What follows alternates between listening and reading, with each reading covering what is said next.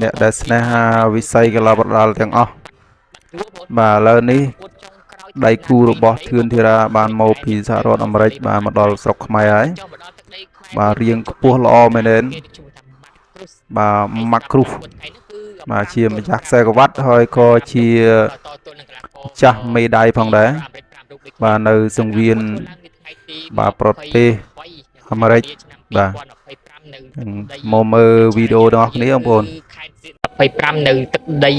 អច្ឆរិយៈរបស់យើងគឺខេត្តសៀមរាបផ្ទាល់តែម្ដងដូច្នេះបងប្អូនកុំភ្លេចរងចាំទស្សនាទាំងអស់គ្នានេះគឺជាការប្រកួតប្រទេសទល់នឹងប្រទេស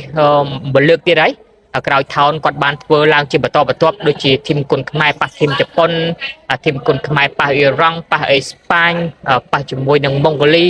ហើយបងប្អូនចង់ឲ្យធីមគុនខ្មែរយើងប៉ះជាមួយធីមមកពីបណ្ដាប្រទេសណាទៀតហើយថ្ងៃទី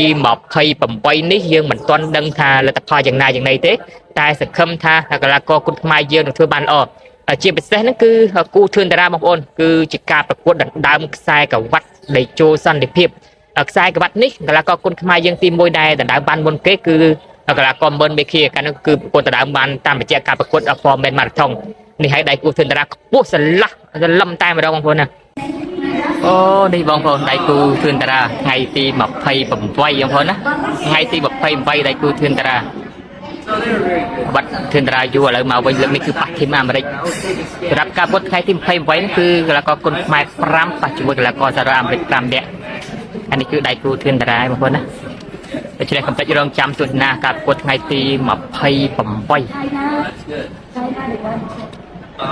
ហើយនេះធីមរបស់គាត់នេះគឺ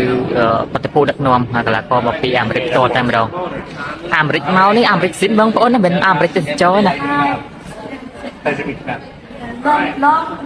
long way នេះជាកីឡាករធីមអាមេរិកបងប្អូនកីឡាករសហរដ្ឋអាមេរិករៀនប៉ះធីមខ្មែរយើងទៅយ៉ា Yes okay មកចុះមកពីអូស្ត្រាលីមកដល់ខ្មែរជួបធីមអាមេរិកមកដល់ខ្មែរដែរមិនដឹងថាមកថ្ងៃទៀត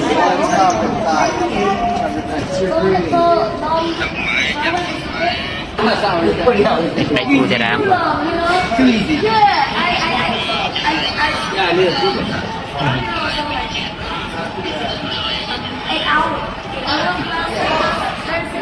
នេះកីឡាករគុនខ្មែរយើងของចម្រើនក៏ដូចជាសាំងគុនខ្មែរកំពុងរៀនយកបាលីចេញទៅក្រៅហើយបងប្អូនសង្ឃឹមថាគាត់នឹងធ្វើបានល្អបន្តបន្ទាប់សម្រាប់ការប្រកួតនៅក្នុងស្រុកក៏ដូចជានៅក្រៅប្រទេស